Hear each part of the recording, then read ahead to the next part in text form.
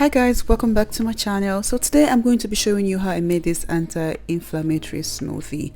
Really tasty, really nutritious, and here we go.